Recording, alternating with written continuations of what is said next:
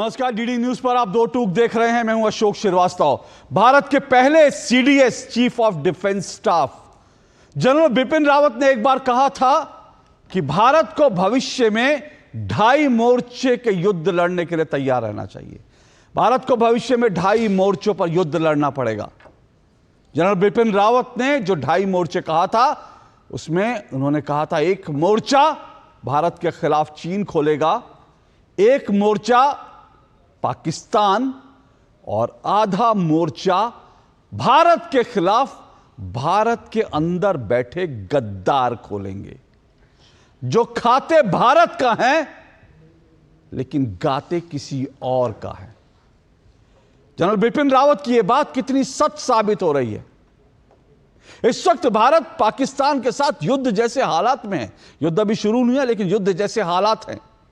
पहलगाम आतंकी हमले ने जिस तरह से भारत और पाकिस्तान के रिश्तों को युद्ध के मुहाने पर खड़ा कर दिया है, उससे यह साफ है कि भारत अब रुकेगा नहीं। भारत जिस तरह से लगातार यह कह रहा है कि वो आतंक और आतंकिस्तान को पनाह देने वालों को नेस्तनाबूद करेगा, उससे पाकिस्तान में तो खौफ है। पाकिस्तान के सेनाध्यक्ष, उनका कुछ पता नहीं, असीम मुनीर, यह बताया जा रहा है वो अंडरग्राउंड हो गए हैं।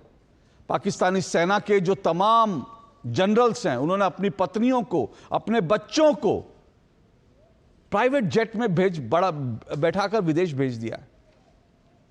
पाकिस्तान में हर किसी को लग रहा है कि अब पता नहीं क्या आने वाला है। पाकिस्तान की हालत खराब है। आतंकवादियों को, जो आतंकवादी उनके लॉन्च पैड जो हैं, उनको वहां से हटाया जा रहा है, मूव किया जा रहा है। आतंकवादियों को, उनके जो कमांडर्स हैं, उनको सेना अपनी बख्तरबंद गाड़ियों में बैठाकर उनको सुरक्षित ठिकानों पर ले जा रही है कि भाई इनको बचा लो, भारत जो है पता नहीं क्या करने वाला है। तो पाकिस्तान में तो खौफ है, लेकिन भारत में क्या हो रहा है वो देखने की जरूरत है। और भारत में बैठे कौन लोग हैं जो दरअसल यहां पर दीमक की तरह, घुन की तरह चाट रहे हैं भारत के पूरे माहौल को, भारत में सामाजिक और भारत में जो रणनीतिक चीजें, उनको कौन लोग हैं जो घुन की तरह खा रहे हैं, दीमक की तरह चाट रहे हैं। आज बात भारत के उन गद्दारों की होगी, और मुझे शब्द कहते हुए कोई मुझे मलाल नहीं है, और मैं ठोक कर कह रहा हूं, ये गद्दार हैं। इनके बयान अगर आप सुनेंगे, इनके बयानों के मतलब सुनेंगे, तो आपका खून खौल जाएगा कि क्या भारत की मिट्टी में जन्म लेने वाला, भारत की रोटी खाने वाला, भारत का पानी पीने वाला कोई ऐसा गद्दार भी हो सकता है। कोई ऐसा गद्दार भी हो सकता है जो यह कहे कि यह हमला तो भारत ने करवाया है, यह हमला तो भारत ने करवाया है। छत्तीसगढ़ का कांग्रेस का एक नेता कहता है कि अगर युद्ध होगा तो भारत तो हार जाएगा। पाकिस्तान की हालत खराब है, और यहां बैठा एक कांग्रेसी नेता, माफ कीजिएगा मेरे मुंह से पाकिस्तानी नेता निकलने वाला था, लेकिन शायद वो भी गलत नहीं होता।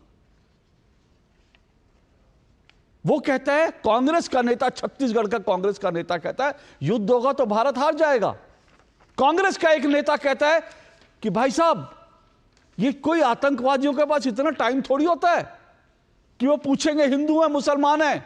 अरे आतंकवादियों ने धर्म भी पूछा था, और जिसने अपना धर्म गलत बताया जान बचाने के लिए, उसके कपड़े उतरवाकर, उसके पैंट खोल करके यह जांचा था कि वो हिंदू और मुसलमान है, उसके बाद गोली मारी थी। जो लोग बच गए जिंदा, जिनके पति मारे गए, वो ये कह रही है महिलाएं कि धर्म पूछकर मेरे पति को गोली मार दी। लेकिन देश में बैठे कांग्रेस के नेता यह कह रहे हैं कि नहीं, धर्म थोड़ी पूछेगा कोई आतंकवादी, वो तो सीधे गोली मार देगा। अपने आप को किसान नेता कहने वाले, जिन्होंने किसानों के नाम पर ट्रैक्टर से चढ़ाई की थी दिल्ली में, जिन्होंने किसान नेता होने के बावजूद भारत के तिरंगे का लाल किले पर अपमान किया था, वो किसान नेता कह रहे कि पाकिस्तान में थोड़ी, ये तो भारत में बैठे किसी व्यक्ति को फायदा हो सकता है इस आतंकी हमले से। ऐसे ऐसे बयान जिनको सुनेंगे तो खून खौल जाएगा आपका। मैं इसीलिए कह रहा हूं, ये 2.5 मोर्चे के युद्ध है, और 2.5 मोर्चे के युद्ध में ये जो आधा मोर्चा है ना, ये सेना नहीं लड़ेगी, ये आपको हमको लड़ना पड़ेगा। आपको हमको इनको एक्सपोज करना पड़ेगा, आपको हमको इनके खिलाफ कार्रवाई करनी पड़ेगी। एक फोक सॉन्ग सिंगर है, खुद को फोक सिंगर कहती है, लेकिन मैं कहता हूं फोक नहीं, वो वोक सिंगर है, वोक सिंगर। वो कहती है कि बिहार चुनाव में वोट मांगेगी अब बीजेपी इसको लेकर के। सीधे सीधे पाकिस्तान को क्लीन चिट, आतंकवादियों को क्लीन चिट। सारा दोष तो भारत में बैठे लोगों का है, भारत की सरकार का है। ये कौन लोग हैं, कहां से आते हैं? आज इनको पब्लिकली नंगा करना जरूरी है। शायद इनको शर्म आ जाए, शायद इनको शर्म आ जाए। इन बेशर्मों को नाम लेकर एक्सपोज करना जरूरी है।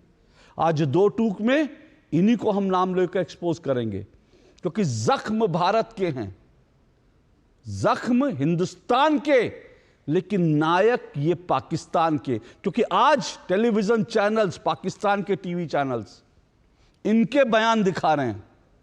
पाकिस्तान अपने बचाव में और कुछ नहीं कर रहा है, वो भारत के इन गद्दारों के बयान दिखा रहा है अपने टेलीविजन चैनलों पर। पाकिस्तान के सोशल मीडिया हैंडल इन गद्दारों को जो है ग्लोरीफाई कर रहे हैं, इन गद्दारों के बयान चला रहे हैं कि देखो भारत तो झूठ बोल रहा है, लेकिन भारत में बैठे ये गद्दार हैं। वो गद्दार नहीं कह रहा, वो तो अपने नायक बता रहा है।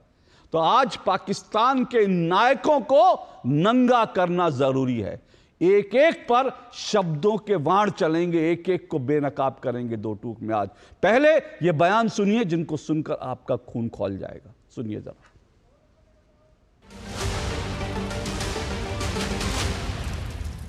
ಮಾಡಬೇಕಾದಂತ ಅಗತ್ಯ ಇಲ್ಲ, ಬಿಗಿ ಕ್ರಮಗಳು ತಗೋಬೇಕಷ್ಟೇ.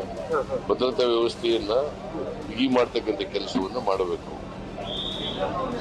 ನಾವು ವಿದ್ಯುತ್ ಪರ ಇಲ್ಲ, ನಾವು ये सरकार का फेलियर नहीं है, इस बारे में कोई बात नहीं करता। बात क्या करते हैं तो उन्होंने हिंदू का पूछकर मारा। अरे कोई टेररिस्ट को पूछने तक समय होता है क्या? उनके कान में जाके नज़दीक जाके पूछेगा। ये सब जो बातें हैं बहुत सारे इसमें कंट्रोवर्शियल, कोई बोलता है ऐसा हुआ ही नहीं, कोई बोलते ऐसा हुआ है। ये प्लान करके मत करो। टेररिस्ट है, उसको कोई जात धर्म नहीं होता है। ಯಾರ ನೀವು ಹೊಡೆದು ಓಡಿ ಹೋಗವನು ಜಾತಿ ಕೇಳ್ಕೊಂಡು ಹೊಡೆಯೋಕ್ಕಾಗತ್ತೆ? ನೀನೇ ಪ್ರಾಕ್ಟಿಕಲ್ ಆಗಿ ಯೋಚನೆ ಮಾಡಿ. ಹೊಡೆಬಿಡಂಗೆ ಹೊಡಿತಾನೆ, ಓಡಿ ಹೋಗ್ತಾನೆ. ಅವ್ನು ನಿಂತ್ಕೊಂಡು ಕೇಳಿ ಹೊಡೆಯಟ್ಟು ವ್ಯವಧಾನ ಯಾರಿಗಿರೋದು? एक समझौता हो रहा पहला, तो उसमें तो गलत निर्णय है उसका। वो कोई जो समझौता है वो तो लागू रहना चाहिए। हम उसके पक्ष में नहीं। पानी, हम किसान हैं, अगर वहाँ का किसान तो कहीं का भी हो, पूरे भारत का किसान हो, इस पर प्रभावित हो उस पर ये नहीं। जो पानी का तो वो नहीं, उसका नहीं हमने सही मानते।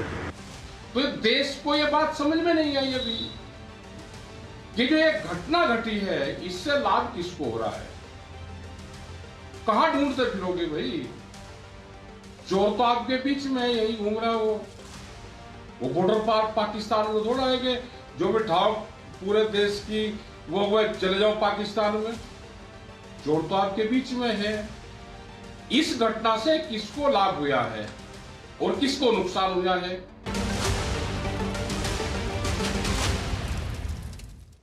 तो ये तमाम बयान आपने सुने, इन बयानों को सुनकर खून खौल जाएगा। इसलिए मैंने कहा ये गद्दार हैं, ये गद्दार हैं। पाकिस्तान के नायक हैं, लेकिन ये गद्दार हैं। 2.5 मोर्चे पर युद्ध आपको और हमको इन सब के खिलाफ लड़ना है। आज 2 टूक में मेरे साथ 4 मेहमान मौजूद हैं जो आज इस पर चर्चा करेंगे। मेरे साथ जो 4 मेहमान जुड़ चुके हैं, आइए परिचय करवा दूं।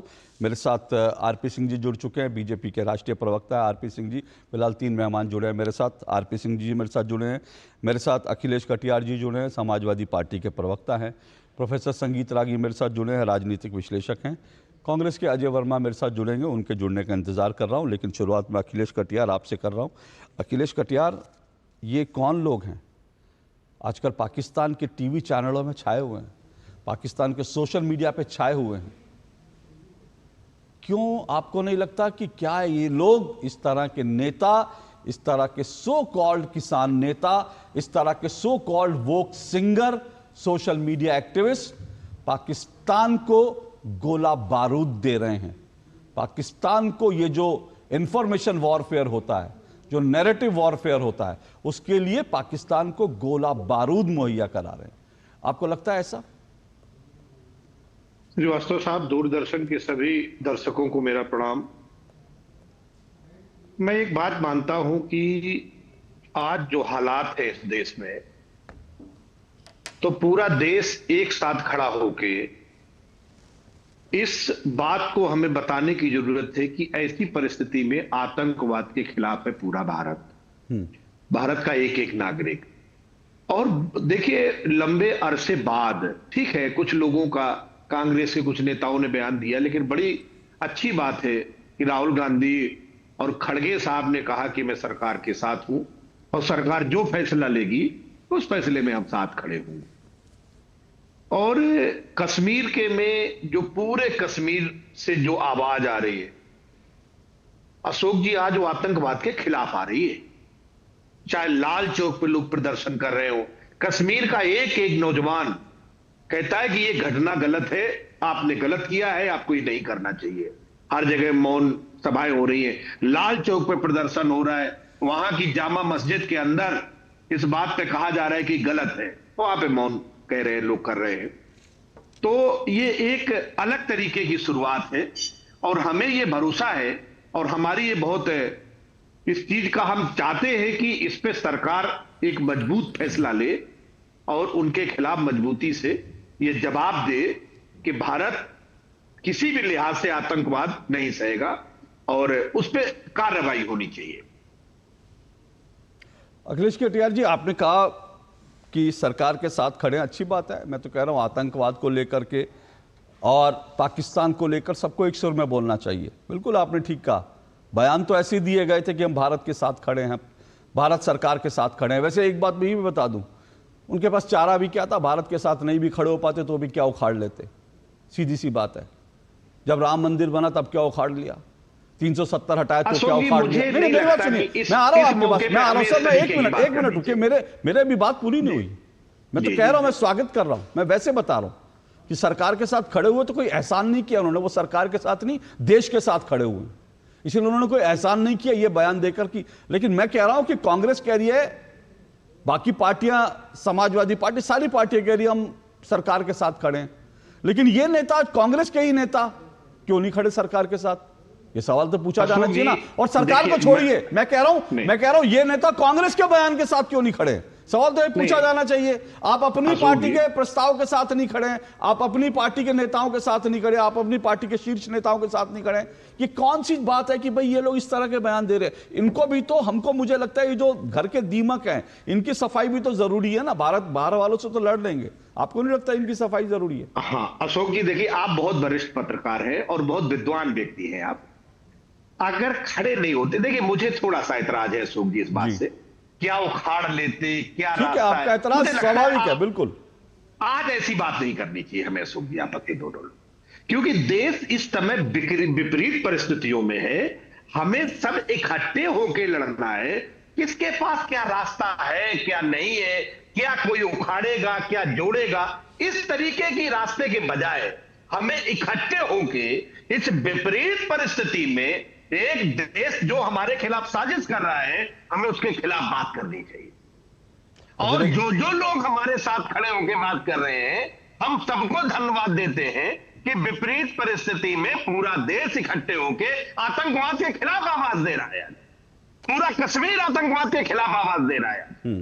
तो हम आज नेगेटिव बात हमें नहीं करनी चाहिए। दो चार लोगों की बात है, वो अपने दिमाग में क्या रखते हैं उस बात को अशोक जी करें, लेकिन पूरा देश तो साथ है। आज अखिलेश जी, मैंने पहले ही कहा कि मैं, आपने जो आपत्ति दर्ज कराई, मुझे उसमें कोई आपत्ति नहीं है, आपको बिल्कुल इस बात का हक है।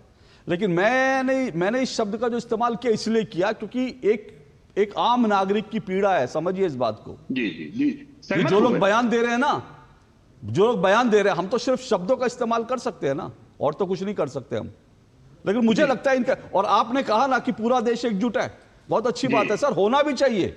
लेकिन सर मैं तो ये पूछ रहा हूं, वो जो एक खुद को फोक सिंगर कहती है, मैं उसको वोक सिंगर कह रहा हूं, जिसने कहा कि बिहार चुनाव में वोट मांगे जाएंगे, उसका वीडियो अखिलेश जी ने अपनी प्रेस कॉन्फ्रेंस में चलाया।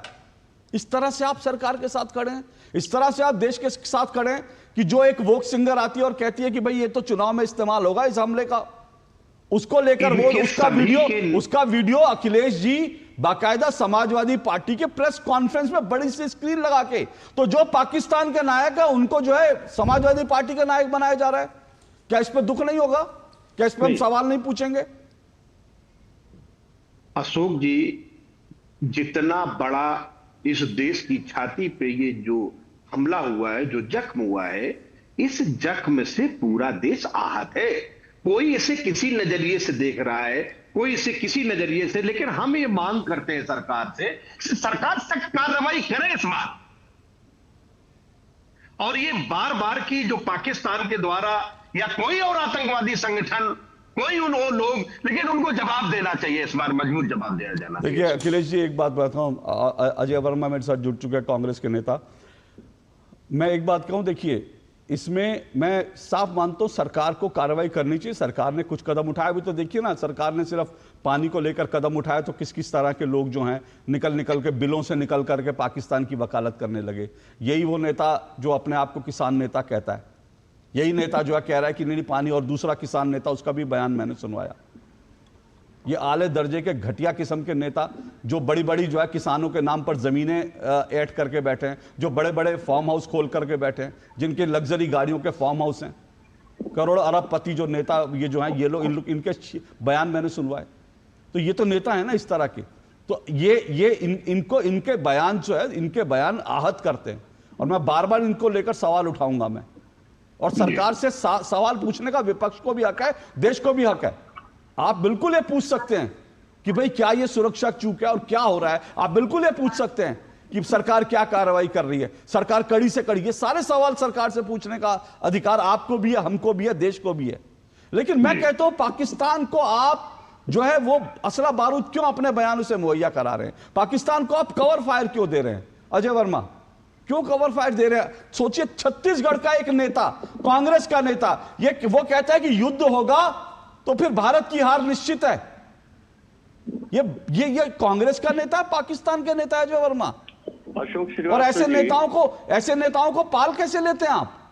अशोक श्रीवास्तव जी, जयराम रमेश जी ने सुबह कहा है कि हमारे आधिकारिक बयान जो पार्टी के हैं उनसे हमारा कोई बोल रहा है, कोई भी हमारा लेना देना नहीं है, जो आधिकारिक होगा AICC के लोग करेंगे। और उसके बारे में सुबह स्टेट रूप से स्पष्ट कर दिया गया है। अब मैं दूसरी चीज आपसे पूछना चाहता हूं कि जो ये घटना है बहुत निंदनीय है, जबरदस्त निंदनीय है कि आतंकवादी आते हैं।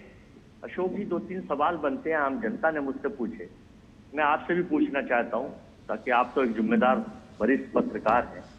ये बॉर्डर जो है पहलगांव से 150 से 200 किलोमीटर दूर है। हथियारों के साथ, आधुनिक वेपन्स के साथ वो खूंखार आतंकवादी चले आते हैं, घटना को अंजाम देते हैं, फिर वापस भी चले जाते हैं। आज 7 दिन हो गए हैं। इससे कहने से कि उसने ये कह दिया, उसने वो कर दिया, वो ये बोल रहा है, वो ये कर देगा, या मैं पाकिस्तान को तार तार कर दिया है, पाकिस्तान के टुकड़े कर दिए, पानी रोकने से ये हो जाएगा। भाई, रिजल्ट के नाम पर 700 दिन गुजर गए हैं। वो 28 से ज्यादा लोग और 10 से ज्यादा घायल है। उनकी अंतरात्माएं अभी विलीन नहीं हो पाई है। वो पूछ रहे हैं चीख के। उनकी विंग कमांडर की बहन कह रही थी मुख्यमंत्री से और आपके केंद्रीय मंत्री पाटिल साहब से कि 1.5 घंटे तक कोई पुलिस का जवान या पुलिस नहीं आई थी मेरे भाई को जब गोली मारी गई थी। अशोक जी, 2000 आदमी थे और वहां पुलिस नहीं थी, जबकि आप जानते हैं कि लॉ एंड ऑर्डर और पुलिस का कर्तव्य LG के अंदर, गृह मंत्री के अंडर में है। 7 दिन पहले माननीय देश के गृह मंत्री गए थे और कहा था, उन्होंने इनपुट दिया था कि इंटेलिजेंस कह रही थी कि साहब कुछ आतंकवादी रेकी कर रहे हैं, कुछ देखिए। तो उन्होंने कहा, मित्रों यहाँ कोई कंकड़ भी नहीं फेंक सकता 370 के बाद। ये मेरा बयान नहीं है, देश के गृह मंत्री ने कहा था। उससे पहले LG और प्रधानमंत्री ने कहा था कि अब कश्मीर में चिड़िया का बच्चा भी नहीं मारा है। अब आप ये देखिए कि गृह मंत्रालय की आधिकारिक बयान आपको मैं बताना चाहता हूं, जो कहा है अशोक जी कि केवल 14 से लेकर 24 तक जो ये घटनाएं हुई हैं, ये मैं नहीं कह रहा, जून 14 से मई 24 और 24 के बाद अब छोड़ दीजिए, 1643 आतंकवादी घटनाएं इस दौरान 1925 घुसपैठ की कोशिश हुई, 726 सफल घुसपैठ हुई, सदी में 577 सुरक्षा कर्मी शहीद हुए।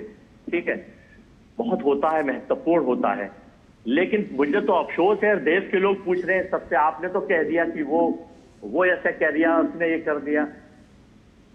देश के प्रधानमंत्री को क्या बिहार की जनसभा, चुनावी सभा करने जाना चाहिए था? और वहां जाकर 13,000 करोड़ का पैकेज, सुन लीजिए अशोक जी, हाँ, और नीतीश कुमार के साथ बैठकर वहां ठाके मार के हंस रहे हैं। ये थी श्रद्धांजलि कश्मीर के उन जिनके साथ जिनकी हत्या हुई है। दूसरा, जब सुनिए एक मिनट सुनिए, मैंने आपको बिल्कुल नहीं रोका अजय वर्मा, बिल्कुल नहीं रोका, मैंने आपको बिल्कुल नहीं रोका। सुनिए ना, आपने आंकड़े सुना दिया, मैंने आपको बिल्कुल नहीं रोका। आंकड़े मेरे पास भी है, बहुत सारे आंकड़े। सुनिए ना, मैं मेरे पास बहुत सारे आंकड़े मेरे सामने। सुनिए मेरी बात, सुनिए, आपने जो वैलिड सवाल उठाए ना, वो सवाल मैं बिल्कुल पूछूंगा, और मैंने शुरू में ही कह दिया, आपके बोलने से पहले कह दिया कि आपको सरकार से सवाल पूछने का हक है। यह हक है कि भाई सुरक्षा में क्या चूक थी, और सुरक्षा में चूक हुई तो किस कारण से हुई, ये सारे सवाल आपको पूछने का हक है। लेकिन मैं फिर से कह रहा हूं, सुनिए मेरी बात, एक मिनट सुनिए मेरी बात, पूरी बात नहीं हुई। आंकड़े बहुत सारे हैं, और आंकड़े जो है वो साफ बताते हैं कि 370 हटने के बाद कश्मीर में आतंकवाद में, कश्मीर में निर्दोष नागरिकों की जान जाने में, कश्मीर में सुरक्षा बलों की मौत में ऐसे डाउनफॉल आया है। और इसी कश्मीर में मैंने अपनी आंखों से देखा है, जब सुरक्षा बल कार्रवाई करने जाते थे ना, तो कश्मीरी युवक वहां पर पत्थर मारते थे सुरक्षा बलों को, आतंकवादियों को बचाने के लिए। आज किसी की हिम्मत नहीं है। 370 हटने के बाद यह सब बदला है। तो मैंने पहले ही कहा, एक मिनट रुकिए, मेरी बात पूरी नहीं, मैंने पहले ही कहा 370 में साथ नहीं खड़े थे, क्या उखाड़ दिया? कुछ नहीं उखाड़ पाए। तो अब भी साथ खड़े हैं, अच्छी बात है, नहीं खड़े होंगे तो क्या उखाड़ पाओगे? भारतीय सेना पाकिस्तान के पिल्लों का जवाब देना अच्छी तरह से जानती है, उसकी चिंता मत करिए। आपके सुनिए मेरी बात, पूरी बात नहीं हुई है। अब मुझे आपके एक मिनट, अब मुझे आपके सवाल लेकर आरपी सिंह के पास जाना, रुकिए, बाकी मेहमान भी है, रुकिए एक मिनट, अब रुकिए, अब आवाज बंद कर दीजिए इनकी। हो गया। सुनिए, आपके सवालों का जवाब मैं आरपी सिंह से ले रहा हूं, ठीक है, लेकिन जयराम रमेश के बयान कोई मायने नहीं रखता, क्योंकि जयराम रमेश के बयान के बावजूद ये बयान दिए जा रहे हैं। मुख्यमंत्री बयान दे रहा है कांग्रेस का, और आप लोग भारत की लड़ाई को कमजोर कर रहे हो। और क्या इस बात की गारंटी है कि जैसे पिछली बार सेना से आप लोगों ने सबूत नहीं मांगे थे, इस बार नहीं मांगोगे? क्या गारंटी है इस बात की? ये सारे सवाल भी हैं। लेकिन आरपी सिंह जी रुकिए, अजय वर्मा आपका सवाल ले लिया, यहां पर जो है भाषण देने नहीं आया। मैं नहीं चाहता कि कल को पाकिस्तान टीवी में आपका भी चेहरा चले, और आप भी उन गद्दारों में शामिल हो जिनके चेहरे चल रहे हैं पाकिस्तान टीवी पर। रुक जाइए थोड़ा, अपने घोड़ों को विराम दीजिए, नहीं तो पाकिस्तान टीवी पे चमक रहे होंगे आप। आरपी सिंह जी वो कह रहे हैं कि भाई सुरक्षा का सवाल इंपॉर्टेंट है, और दूसरा पीएम बिहार क्यों गए वहां पर पैकेज देने के लिए। चलिए मैं पीएम की रैली से बात कर लेता हूँ। पीएम वो रैली करने नहीं गए थे, पंचायती राज का कार्यक्रम था, पंचायती राज के कार्यक्रम के कारण से गए थे जो पहले से तय था। वो कोई पब्लिक मीटिंग करने नहीं गए थे, कोई पॉलिटिकल रैली के लिए नहीं गए थे, ये बड़ी बात स्पष्ट हो जाए। एक बात, दूसरी बात, वो जो कह रहे हैं कि 150-200 किलोमीटर अंदर थे और इसलिए इतनी अंदर आ गए, फिर गायब हो गए। बेंगलोर कितने दूर है बॉर्डर से बता दीजिए, मुंबई कितनी दूर है बॉर्डर से, अजमेर कितनी दूर है बॉर्डर से, अहमदाबाद कितनी दूर था बॉर्डर से, यहाँ पुणे कितनी दूर है बॉर्डर से, दिल्ली कितनी दूर है बॉर्डर से। यहाँ तो लगातार बम ब्लास्ट होते थे, निरंतर बम ब्लास्ट होते थे। 26/11 कितनी दूर है बॉर्डर से, ये बता दीजिए। जब 26/11 हुआ तो लगातार होते थे, परंतु डेटा मैं दे देता हूँ अगर आपको डेटा चाहिए हो। लगभग 70% कमी आई है 370-35 हटने के बाद आतंकी घटनाओं में जम्मू कश्मीर में। लगभग 87% कमी आई है कश्मीर में पत्थरबाजी में। वहाँ पर हर जुम्मे के दिन वहाँ पर एक चार्ट शुरू होता था, चार्ट, ये चार्ट है हमारा। और मेरे मित्र बैठे हैं अखिलेश कटियार जी, कटियार साहब, अखिलेश यादव जी को समय था एक और ऐसा ही मुलजिम था, उस पर घर पे जाने के लिए अंसारी साहब के, परंतु जो अभी एक बच्चे की जिसकी डेथ हुई वहाँ पर, उसके घर जाने से मना कर दिया, कहकर मेरा कौन से रिश्तेदार लगता है, ये ठीक नहीं। वो देश के लिए शहीद हुआ, वो तो वो किसी कारण से हुआ जैसे हुआ, पर देश के लिए शहीद हुआ। और वो कहें कि मेरे पास तो समय नहीं है कि मैं उसके घर जाऊं, मैं या उसके लिए मेरे पास समय नहीं है। उसका नाम था शिवम अवस्थी। मुख्तार अंसारी के लिए समय था ना। तो ये सब लोग देखते हैं। और मैं आज आपको थोड़ा इतिहास का पन्ना एक और याद दिला देता हूँ। जब भारत ने न्यूक्लियर बम ब्लास्ट किया था तो मुलायम सिंह जी ने कहा था कि हमको पाकिस्तान को पैसे देने चाहिए, वो गरीब देश है, वो कैसे न्यूक्लियर ब्लास्ट करेगा। कोई 20,000 करोड़ रुपये की दावेदारी करी थी मुलायम सिंह जी ने, वो ऑन रिकॉर्ड है। मैं तारीख ढूंढ रहा हूँ, तारीख मेरे को मिल रही, तो मैं तारीख भी आपको भी निकाल कर दे देता। परंतु कृपा कर कर देश को कमज़ोर मत करिए। जब सैफुद्दीन सोज है कहते हैं कि नहीं, पाकिस्तान जो बयान दे रहा है, सैफुद्दीन सोज कोई आयरा गहरा नत्थू गहरा नेता नहीं है, कांग्रेस के बड़े नेताओं में से हैं। जब वो बयान देते हैं कि कांग्रेस, वो कहते हैं कि जब पाकिस्तान कह रहा है कि उनका हाथ नहीं है तो मान लेना चाहिए उनका हाथ नहीं है। एक खातून है, एक मर्जीना खातून है, वो कह रही है कि ये तो मिले जुला टीएमसी की नेता, वो कह रही कि उनका एग्जैक्ट बयान है कि मिले जुला काम है, ये वक्फ से लोगों का ध्यान हटाने के लिए इस प्रकार का ये सारा कराया गया है। ये मुझे वही याद आता है, कांग्रेस जब सर्जिकल स्ट्राइक हुई थी तब भी ये कहा गया, जब पुलवामा हुआ था तब भी कहा गया था कि ये सबका सब मिला हुआ मामला है। ये वेणुगोपाल जी का बयान था या किसी कांग्रेस के जनरल सेक्रेटरी का बयान था, जिसने कहा था, वो याद नहीं एग्जैक्टली नाम, परंतु जनरल सेक्रेटरी थे कांग्रेस के उन दिनों में। उन्होंने कहा था कि नहीं ये तो आपस में सांठगांठ है इमरान खान के साथ। और सांठगांठ कहाँ साबित हुई? जब 8 अगस्त को राहुल गांधी ने 2019 के अंदर जब कहा कि कश्मीर में कत्लो गैरत हो रही है, कश्मीर में खून खराबा हो रहा है, कश्मीर में लोग मारे जा रहे हैं, एग्जैक्टली वही बयान इमरान खान ने सितंबर के महीने में यूएन में जाकर रिपीट किया कि हम नहीं कह रहे वहां पर कत्लो गैरत हो रही है 370-35 हटने के बाद। वहां का लीडर कह रहा है, ऑपोजिशन का लीडर कह रहा है राहुल गांधी, ये उनका बयान है।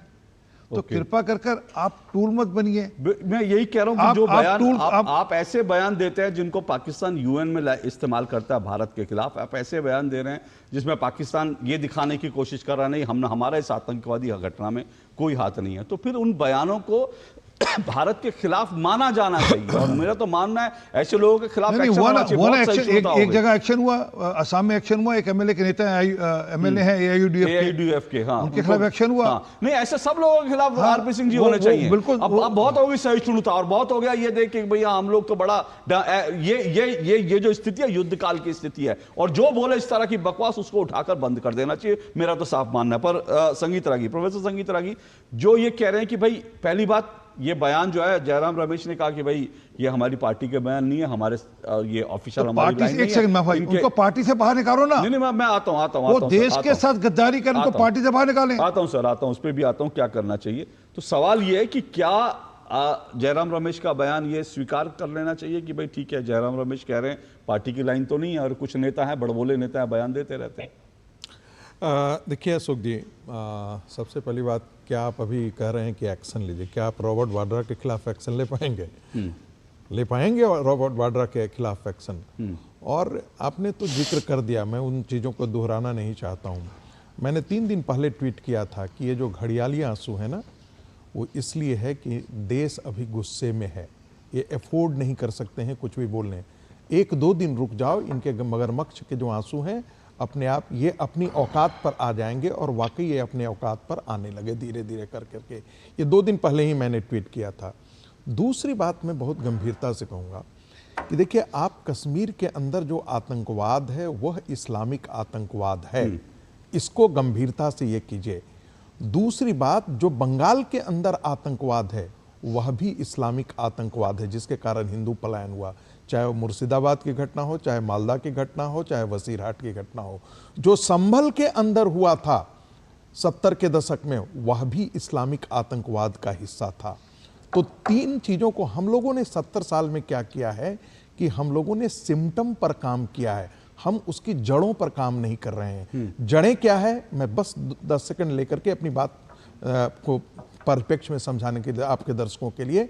जड़ है कि एक विचारधारा है जिसमें काफिर, मुशरिक, इस प्रकार की विचारधारा है जो ये मानता है कि भारत को हमको गजवाए हिंद करना है। आपने देखा होगा कि जो सरकार ने वक्त पर पिटीशन फाइल किया है, रिप्लाई फाइल किया है, उससे आंखें खुल जाती हैं कि 2013 से 2024 के में 20 लाख एकड़ जमीन वक्फ ने कब्जा किया है। 20 लाख एकड़ जमीन। एक बात जिक्र जान लीजिए, इस देश में विभाजन हुआ था कि हम हिंदू और मुसलमान, हमारी दो सभ्यताएं, दो संस्कृतियां हैं, हम नहीं रह सकते साथ साथ।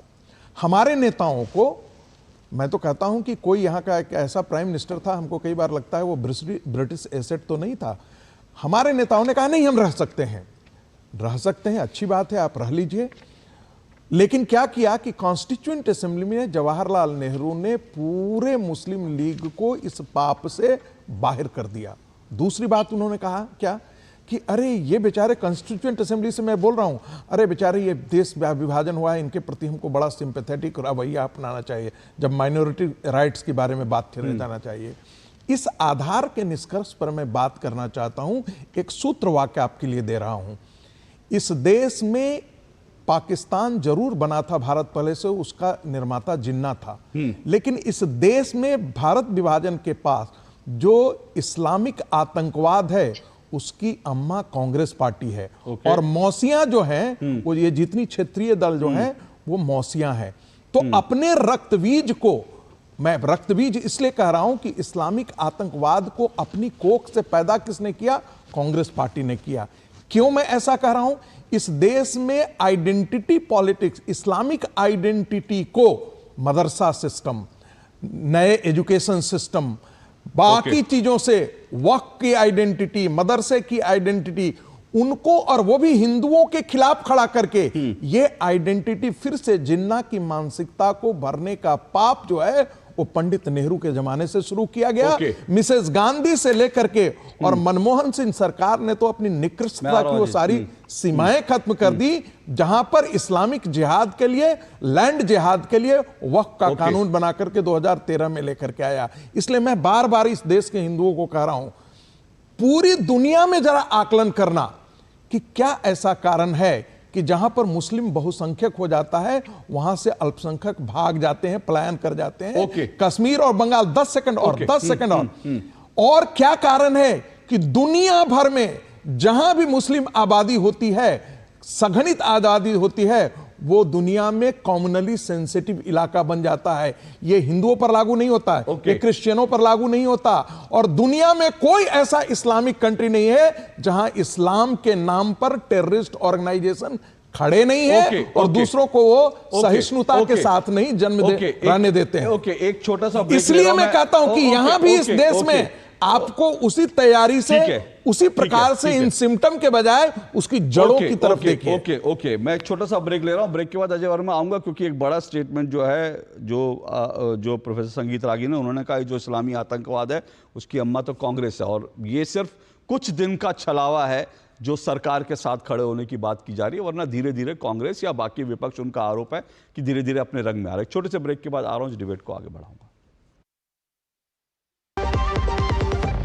सस्ते वाले दाल मसाले स्वाद हुआ बेकार, MDH की हल्दी मिर्ची धनिया करे कमाल, ये रंग दे, ये खुशबू दे, ये तीखा, ये कम पड़े, क्या निराला MDH मसाला। पुलिस? मिस सीमा जी, अभी पुलिस स्टेशन आई है।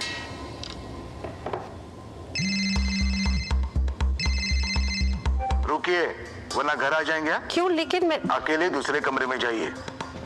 आपका बेटा हमारे कस्टडी में है और आप डिजिटल अरेस्ट में हो। Digital arrest? 1 लाख दो, बच जाओगे। इतने पैसे? अच्छा ठीक है, एक लिंक भेजिए, अभी प्रोसेसिंग के लिए 30,000 दो, वरना बेटा जेल जाएगा। जेल तो तुम जाओगे, तुम्हारा चेहरा रिकॉर्ड हो चुका है। डिजिटल अरेस्ट जैसा कुछ नहीं होता, ये सब फ्रॉड है, इसीलिए पैनिक ना करें। पुलिस, बैंक, RBI इत्यादि के नाम पर आने वाले साइबर अपराधियों के फोन या वीडियो कॉल से सावधान रहें। उन्हें पैसे ना भेजें और तुरंत पुलिस में रिपोर्ट करें। हेलो मम्मा। RBI कहता है जानकार बनिए, सतर्क रहिए। जो लक्ष्य चुना था समझ आने लगा है। GLA यूनिवर्सिटी, उच्च लक्ष्य की निश्चित प्राप्ति। अब आया असली स्वाद। अब आया स्वाद। जब स्वाद के बड़े हो लाले तो MDH का चंकी चाट मसाला डालें। MDH का चंकी चाट मसाला। MDH। दो टुक आप देख रहे हैं, दो टुक में हम चर्चा कर रहे हैं जख्म हिंदुस्तान के, नायक पाकिस्तान के। जख्म जो है, जो पहलगाम के जख्म थे वो अब भी ताज़ा हैं, लेकिन दूसरी तरफ भारत में बैठे कुछ लोग के बयान जो हैं, उनके स्टेटमेंट है वो पाकिस्तान की टीवी पर, पाकिस्तान के मीडिया पर छाए हुए हैं। वो लोग रातों रात जो है पाकिस्तान के नायक बन गए। इनमें कुछ नेता भी हैं, कांग्रेस के नेता हैं, आम आदमी पार्टी के नेता हैं, कुछ जो हैं वोक सिंगर हैं, जो अपने आप को फोक सिंगर कहते हैं, कुछ इसमें सो कॉल्ड किसान नेता हैं, और ऐसे तमाम जो सोशल मीडिया एक्टिविस्ट जो हैं वो सब इसमें शामिल हैं, जो भारत को इस आतंकवादी हमले के लिए दोष दे रहे हैं और पाकिस्तान को क्लीन चिट दे रहे हैं। सवाल यह है कि ये गद्दार जो हैं, ये 2.5 मोर्चों का युद्ध क्या इन्होंने शुरू कर दिया है भारत के खिलाफ, जो जनरल बिपिन रावत ने कहा था? इन तमाम मुद्दों पर बात कर रहे हैं, पाकिस्तान के उन नायकों की बात कर रहे हैं जो भारत के हैं, भारत का खाते हैं, भारत की मिट्टी में जन्म लिया, भारत का नमक खाते हैं, लेकिन नमक हरामी करके आज पाकिस्तान के नायक बन बैठे हैं। इन सब की बात चर्चा कर रहे हैं। आज आरपी सिंह मेरे साथ जुड़े हुए हैं, बीजेपी के राष्ट्रीय प्रवक्ता, मेरे साथ जो हैं अजय वर्मा जुड़े हुए हैं, कांग्रेस के नेता हैं, प्रोफेसर संगीत रागी मेरे साथ जुड़े हुए हैं, राजनीतिक विश्लेषक हैं, अखिलेश कटियार समाजवादी पार्टी के हैं, मैं उनके पास आऊँगा। लेकिन अजय वर्मा जी, एक बड़ा बात जो है प्रोफेसर संगीत रागी ने कहा, उन्होंने कहा जो कुछ पुलवामा हुआ वो इस्लामिक आतंकवाद है, और इस इस्लामिक आतंकवाद की अम्मा दरअसल पाकिस्तान है और बाकी पार्टियां। अखिलेश जी भी जुड़े। जी, मैं बड़े ज्ञानपूर्वक ध्यानपूर्वक सुन रहा था।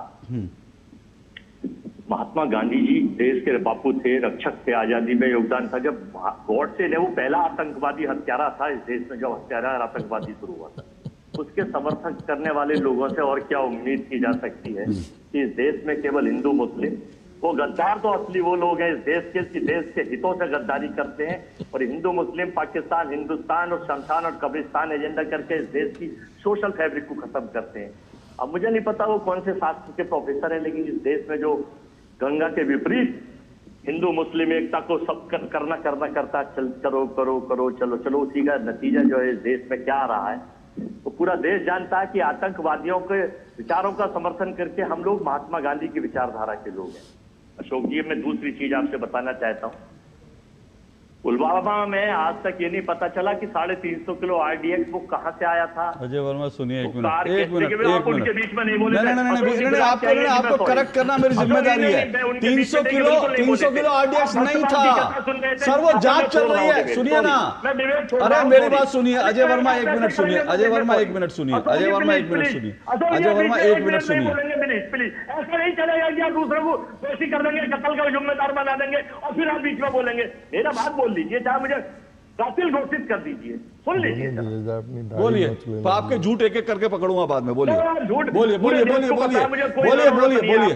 गोदी मीडिया की गवाही की मुझे कोई जरूरत नहीं है। इतिहास में जब जलाने का नाम आएगा तो आप भी उसमें सम्मिलित माने जाएंगे। ये देश जानता है, मेरा कोई दोष नहीं होगा। सुन लीजिए, किरेन रिजिजू साहब देश के बड़े मंत्री हैं साहब। जब सर्वदलीय बैठक बुलाई गई तो सबसे पहले उसमें प्रधानमंत्री जी को आना चाहिए था।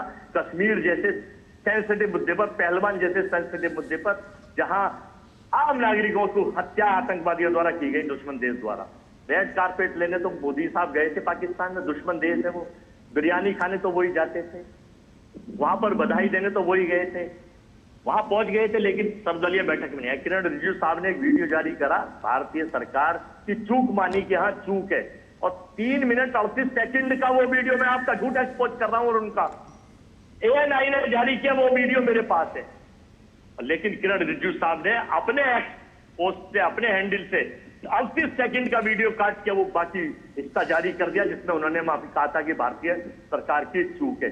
तो इनकी नीति भी खराब है, इनकी नीयत भी खराब है। तो लोग सवाल पूछे, अशोक जी क्यों ना पूछे। और सुन लीजिए, इस देश में एक बहुत बड़ा, बस खत्म कर रहा हूं मैं फाइनल, फिर आप कुछ भी गद्दार कर दीजिए, घोषित कातिल कर दीजिए, उखाड़ लीजिए, कुछ भी कर लीजिए। एक बहुत बड़ा बरगद का वृक्ष था, उसमें आग लग गई और उसमें जो पक्षी थे वो इधर उधर भागने लगे। तो एक चिड़िया छोटी थी वो भी रहती थी, एक कौवा भी रहता था। चिड़िया चोंच लगा के आग लगा के पानी बुझा रही थी। कौवा बोला, अरे चिड़िया तू भी भाग जा, मर जाएगी, तेरे पानी से कोई आग बुझ रही है। तो चिड़िया बोली कौए से, सुन कौए, जब इतिहास लिखा जाएगा तो बुझाने वालों में मेरा नाम और रोकने वालों में, भागने वालों में कौआ तेरा नाम लिखा जाएगा। तो जो कौए देश में है ना, वो चाहे कहीं भी हो, चाहे वो मीडिया में हो, चाहे वो अपोजिशन में हो, चाहे वो सरकार में हो, उन कौओं का नाम बचाने वालों में नहीं होगा, लगाने वालों में होगा। हो गया अब हो गया। हाँ, अब मैं बताता हूं।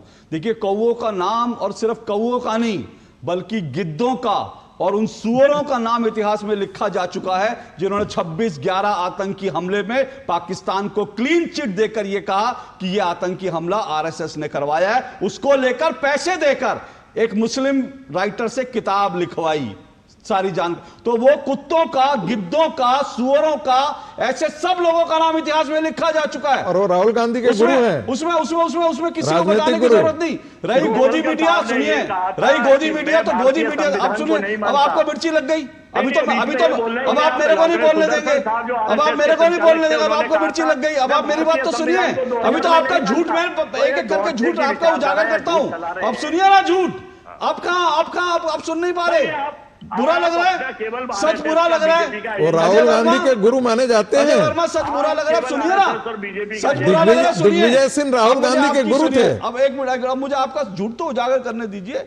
मैं आपको पहले भी टोक चुका हूं, फिर से टोक रहा हूं। आप लोग क्या है ना, आप लोग एक स्क्रिप्ट पढ़ के आते हैं, लिखते पढ़ते नहीं है। पुलवामा की चार्जशीट दाखिल हो चुकी है, उसमें 300 ग्राम आरडीएक्स का जिक्र नहीं है। जरा जाइए पढ़िए वो पुलवामा की चार्जशीट। और पुलवामा में जिसने आतंकी हमला करवाया था, उसको पाकिस्तान के अंदर जिसका मास्टरमाइंड था, उसको अज्ञात व्यक्ति जो ढेर कर चुका है। बिल्कुल, समझे ना। तो वो सारी कार्रवाई जो है हो रही है, सब चीजें हो रही हैं। और आप, फिर भी मैं कह रहा हूं, आपको ये सवाल पूछने का हक है, बिल्कुल पूछने का हक है कि भाई चूक हुई तो क्यों हुई, लेकिन ये सवाल आप पूछिए, इसके लिए मैं नहीं रोक रहा हूं। लेकिन कम से कम पाकिस्तान का गाना मत गाइए, पाकिस्तान को वो एम्यूनिशन मत उपलब्ध कराइए। एक ब्रेक लेकर आ रहा हूं, आपकी बात पर जवाब देना चाहते हैं प्रोफेसर संगीत रागी, एक ब्रेक लेगा। अब उछलिए मत सर, आप तो फिर उछलने लगे पॉपकॉर्न की तरह। मैंने तो अभी सिर्फ लाइटर जलाया था, अभी तो मैंने आग भी नहीं लगाई थी, सिर्फ लाइटर पे उछलने लगे आप। रुकिए, अभी छोटे से ब्रेक के बाद आ रहा हूं।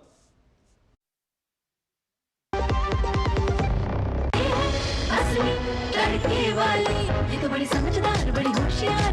वही टेस्ट का असली टेस्ट एमडीएच, जिन जगह लिखते हैं।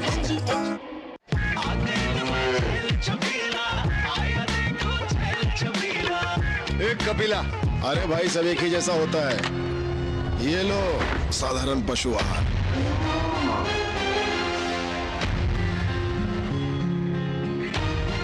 इस देश की हर माँ, बच्चे, बूढ़े, जवान, खिलाड़ी, डॉक्टर, इंजीनियर, सबको गाय भैंस की दूध की शक्ति पर भरोसा है। पर जब इन पशुओं को कपिला पशु आहार मिलेगा, तभी तो दूध सिर्फ ज्यादा ही नहीं, शक्ति से भरपूर भी होगा। और ये सच जानते हुए चंद पैसों के लिए तुम देश का भरोसा तोड़ दो। कपिला पशु आहार, देश का नंबर 1 पशु आहार। जब धरती चीर कर निकलता है लोहे का पत्थर और मिलता है मोंगिया के जोश से, फिर तपता है, पिघलता है और बनता है फौलाद। अब होता है सरिया सारी खूबियों के साथ। मोंगिया स्टील, मजबूत देश का मजबूत सरिया। जो लक्ष्य चुना था समझ आने लगा है। जीएलए यूनिवर्सिटी, उच्च लक्ष्य की निश्चित प्राप्ति। शादी का किचन मैं के जहाँ गोल्डी किचन किंग मसाले हो वहाँ। गोल्डी लाई है फ्रेश लॉक टेक्नोलॉजी, जो रखे मसालों को हर समय फ्रेश। दो टुक आप देख रहे हैं, दो टुक में हम चर्चा कर रहे हैं कि जख्म हिंदुस्तान के, नायक पाकिस्तान के।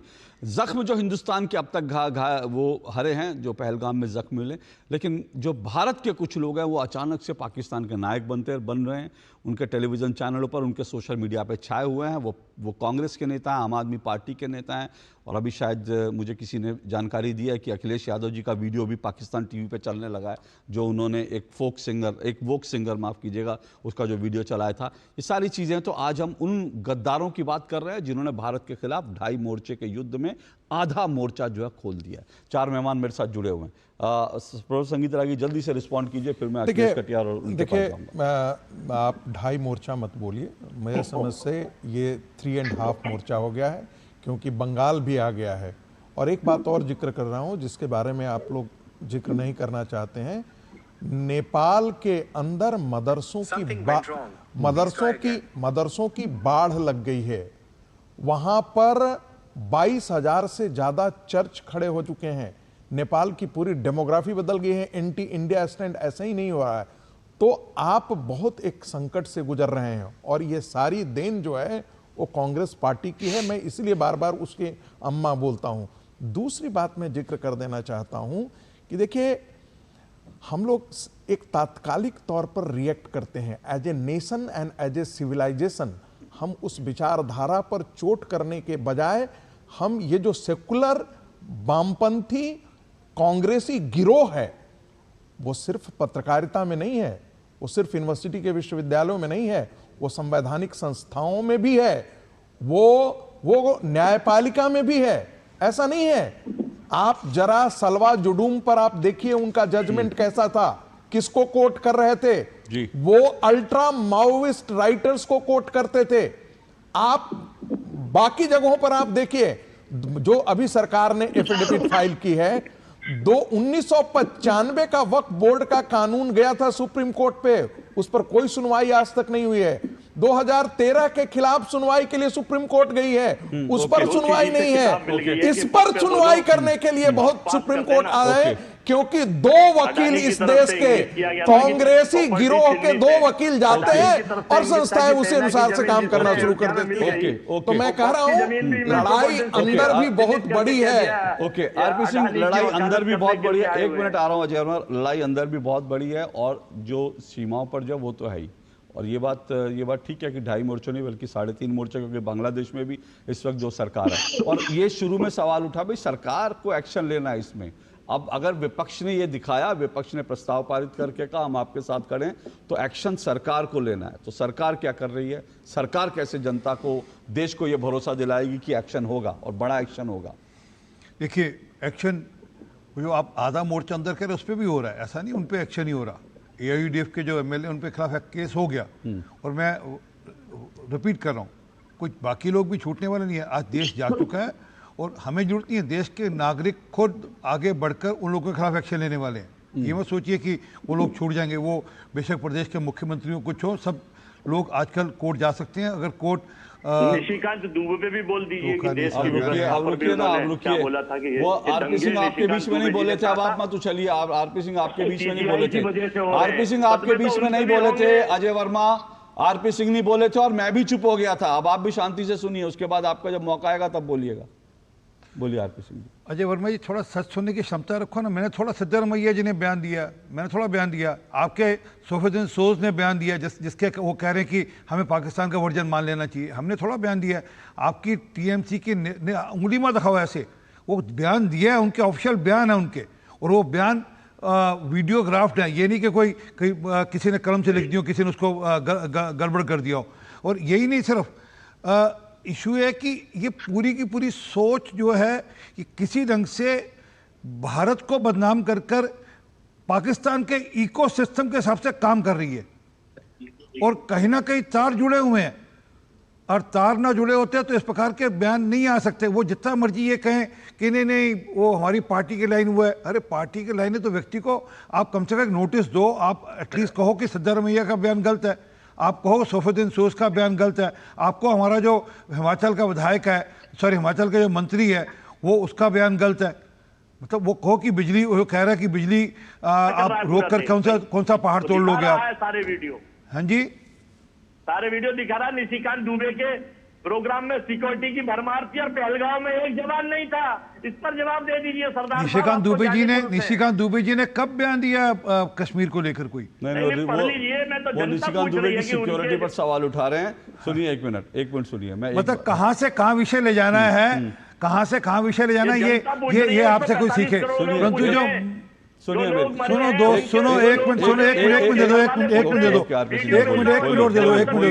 ये जो बाटला हाउस से आंसू बहने शुरू हुए थे ना, आज तक वो आंसू बह रहे हैं। वो जो सोनिया गांधी जी के चीख से आंसू निकल रहे थे ना, जब तब निकल रहे थे बाटला हाउस के आतंकियों के बाद, वो आज तक कभी सैफुद्दीन सोएस, कभी सिद्धारमैया, सबके सब उसी लाइन पर आंसू बहाते हैं। देश के लिए दो प्रधानमंत्री शहीद हो गए। भूले नहीं हम लोग, और भूले नहीं, वो भी नहीं भूले। एक मिनट आवाज बंद कीजिए, सबकी आवाज बंद। मुझे एक ब्रेक लेना, मैं ब्रेक पे जा रहा हूं, लेकिन उससे पहले एक बात सिर्फ कहना चाहूंगा, और वो ये कि मैं आज सरकार को कम से कम मैं पत्रकार होने के बावजूद सरकार को इस चीज के लिए बधाई देता हूं कि आज कम से कम बीबीसी को एक नोटिस दिया गया चरमपंथियों को, आतंकवादियों को चरमपंथी कहने के लिए। ये वही बीबीसी है 2019 में दो टूक में हमने बीबीसी की फेक रिपोर्ट जो है, झूठी रिपोर्ट जो है, दो टूक में हमने ठोक के दिखाई थी कि बीबीसी भारत को लेकर झूठा एजेंडा चला रहा है। तब हमें इस बात पे भी नाराजगी थी कि सरकार ने बीबीसी के खिलाफ एक्शन नहीं लिया, लेकिन अच्छी बात है। और अजय वर्मा जी,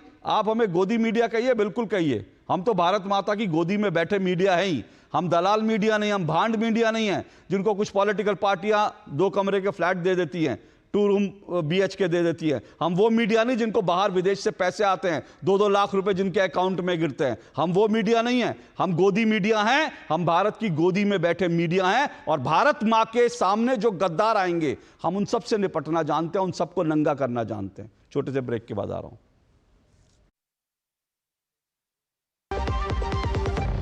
सस्ते वाले दाल मसाले स्वाद हुआ बेकार, MDH की हल्दी मिर्ची धनिया करे कमाल, ये रंग दे, ये खुशबू दे, ये तीखा, ये कम पड़े, क्या निराला MDH मसाला। क्या हो गया भाई? भैया आपसे सीखकर म्यूचुअल फंड्स में SIP शुरू की थी, लेकिन कभी कभी अपडेट्स देखकर मेरा मन भटकने लगता है। सुन, ये लिफ्ट जब ऊपर नीचे जाती है तो तू निकल जाता है। नहीं भैया, यही तो सही मंजिल तक ले जाती है। तो बस म्यूचुअल फंड्स का भी यही है, डटे रहेगा तो तू भी अपने सपनों के पास पहुंच सकता है। हाँ बिल्कुल आपकी तरह। सही है। म्यूचुअल फंड निवेश बाजार जोखिमों के अधीन है। योजना से जुड़े सभी दस्तावेजों को ध्यान से पढ़ें। शादी का किचन महके जहां, गोल्डी किचन किंग मसाले हो वहां। गोल्डी लाई है फ्रेश लॉक टेक्नोलॉजी जो रखे मसालों को हर समय फ्रेश। चलिए, दो टुक आप देख रहे हैं, दो टुक में हम चर्चा कर रहे हैं जख्म हिंदुस्तान के, और गद्दार जो है वो उन गद्दारों की बात करें जो नायक पाकिस्तान के बने हुए हैं। 3 मेहमान मेरे साथ जुड़े हुए हैं। अखिलेश जी को लाइए, मैं अखिलेश जी के पास जाना चाहता हूँ। अखिलेश कटियार जी नहीं है, मैं अखिलेश कटियार जी के पास जाने की कोशिश करूंगा जल्दी से, लेकिन अजय वर्मा जल्दी से, क्योंकि मैं अखिलेश कटियार जी बहुत देर से वो शांत बैठे थे। हाँ, अखिलेश कटियार जी के पास जाऊंगा, लेकिन एक सवाल मैं आपसे पूछता हूँ, सुनिए। ये आप लोग कह रहे हैं आतंकवाद से लड़ने में, और जो अभी प्रोफेसर संगीत रागी ने कहा ना कि ये जो इस्लामिक आतंकवाद है इसकी अम्मा कांग्रेस है, देखिए उसके कारण बहुत सारे हैं। जो पहले जो आतंकवाद से लड़ने के लिए जो पोटा था उसको जो है कमज़ोर करने में पीछे है, जो समझौता एक्सप्रेस का उसको कमज़ोर करने में कांग्रेस का हाथ है, जो समझौता एक्सप्रेस का जो ब्लास्ट में था अजमत अली था वो, और ऐसे बड़े सारे आतंकवादी हैं जिनको पाकिस्तान ने छोड़ा था और उन्होंने फिर से जो है आतंकी हमला किया। माफ़ कीजिएगा, टाटा को। रुकिए एक मिनट, मैं अखिलेश कटियार जी के पास जाना चाहता हूँ, क्योंकि मैं आपके पास अभी आ रहा हूँ अजय वर्मा जी। अखिलेश जी के पास मैं बहुत देर से नहीं गया, मैं पहले उनके पास जाना चाहता हूँ। अखिलेश कटियार जी, मेरा आपसे सीधा सा सवाल है। आपने शुरू में कहा कि भाई ये ठीक है, ये चंद लोग हो सकते हैं, बिल्कुल चंद लोग हो सकते हैं जो इस तरह की हरकतें कर रहे हैं, लेकिन क्या इन चंद लोगों के खिलाफ क्या एक्शन लेना चाहिए या इनको नजरअंदाज कर देना चाहिए? और वो एक्शन कौन ले, सरकार ले या इन पॉलिटिकल पार्टियों को लेना चाहिए जिसमें से निकल के चंद लोग जो इस तरह की बयानबाजी दे रहे हैं?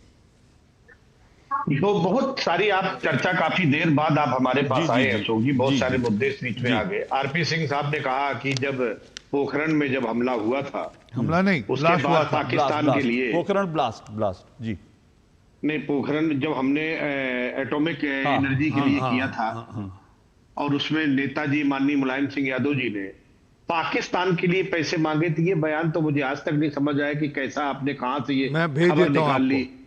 मैं भेज देता हूँ। आप इतिहास के, आप राजनीतिक इतिहास थोड़ा कम यादाश्त रहती है। ठीक है, वो आरपी सिंह जी भेजेंगे आपको। इतिहास के नाम पे मत पोतो आरपी सिंह जी। बोलिए वो झूठ को इतिहास नहीं, आप बहुत ज्ञानी नहीं। झूठ नहीं, मैं तो आपको भेज दूंगा साहब, झूठ बोल रहे हैं। मैं आपको बयान भेज दूंगा। ये शब्द बोलना नहीं चाहता था क्योंकि ये शब्द मुझे नॉन पार्लियामेंट्री लगता है, लेकिन अब आपने मैंने तो कुछ कहा नहीं साहब, मैं तो सदके से कह रहा हूँ कि मुलायम सिंह यादव जी ने, आज तक किसी आदमी ने नहीं सुना होगा। आप बाद में बोलेंगे, जब आप बोले तब मैं चुप था। सॉरी, हमने आपको उसमें टोका नहीं। बोलिए। पहली बात, और दूसरी बात अशोक की एक बात और है, यहाँ पे रागी साहब हैं, बहुत सारे लोग हैं, अशोक जी एक बात बताओ, 12 साल से तो मोदी जी की सरकार है इस देश में, एक लंबा अरसा है 12 साल 11 साल का, और इस 11-12 साल में अब हिंदू मुसलमान की समस्या पे बात ही करते हुए 4 साल और गुजार देंगे और उस पर राजनीति होती रहेगी या कोई सोल्यूशन भी कोई लेके आएगा? भाई आपको इस्लामिक आतंकवाद दिखता है, यहाँ पे फिर कम्युनिस्ट आतंकवाद दिखता है, फिर यहाँ पे बेरोजगारों का आतंकवाद दिखता है। इस्लामिक आतंकवाद है नहीं क्या? नहीं, इस्लामिक जिहादी इस्लामिक आतंकवाद है या नहीं, ये बता दीजिए एक बार। मैं कह रहा हूँ, अच्छा जिहादी इस्लामिक आतंकवाद है या नहीं है? आपको जनता ने 2 दशक के बाद ये नहीं जिहादी इस्लामिक आतंकवाद है या नहीं है, ये हाँ या ना कहो। रोकिए,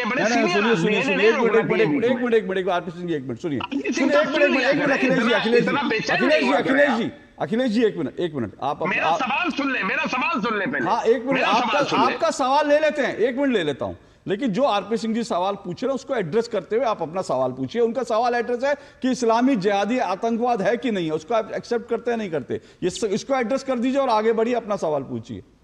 इस देश में कोई भी समस्या अगर सरकार मानती है, मैं किसी धर्म को आतंकवाद से नहीं जोड़ता। मैंने आप ध्यान से सुनिए, हो सकते हैं। हाँ, मैं किसी भी धर्म को आतंकवादी नहीं मानता। नहीं धर्म तो हमने भी नहीं कहा आतंकवादी, लेकिन नहीं कोई धर्म आतंकवादी हो तो हम नहीं कह रहे, लेकिन इस्लामिक जिहादी आतंकवाद तो ये है ना। अशोक जी जब पैंट उतार कर देखी जा रही थी तब क्या था वो? जब पैंट उतार कर देखी तब क्या था वो? 4 बार बोले और मैं एक बार भी नहीं बोला बीच में। बोलिए। ये रागी साहब ने जो लंबा चौड़ा इतिहास बताया, अशोक जी आप समस्या मत गिनाइए, आप सरकार में बैठे हैं और 10 साल में आपसे सलूशन नहीं हुआ, जनता उसका सलूशन चाहती है। आप ये बातें गिना के राजनीति मत करिए। अगर कोई प्रॉब्लम लगती है तो क्या ये 10 साल पर्याप्त नहीं तो उसका इलाज करने के लिए? आप उसका सलूशन नहीं करते हैं और उसका माध्यम लेके राजनीति करते हैं। मुझे इस राजनीति से इतराज है। अब बोलिए इनसे। ओके 1 मिनट, प्रोफेसर संगीत आगे 30 सेकंड और उसके बाद आरपी सिंह 30 सेकंड, लेकिन 30 सेकंड में सिर्फ एक बात मैं कह दूं सर, कि आपने मुझे इस सवाल का जवाब नहीं दिया कि भारत में जो गद्दार बैठे हैं उनका इलाज क्या हो। आपने जो सवाल पूछा, और ये भी मैं बता दूं, ये हिंदू मुसलमान की समस्या 10 साल से नहीं है, 12 साल से नहीं है, ये 1947 और उससे पहले 1930 से है। ये नहीं 10 साल से नहीं है। इस बात को एक मिनट रुकिए, अब इनको जवाब देने दे। मैं आपको सिर्फ जानकारी के लिए बता रहा हूं, आरपी सिंह जी मैं आपको टाइम दे रहा हूं, मैं सिर्फ इतना बता रहा हूं, इतिहास थोड़ा पढ़िए, हिंदू मुसलमान की समस्या आज की नहीं है। बोलिए अब सुनिए प्रोफेसर संगीत रागी को सुनिए।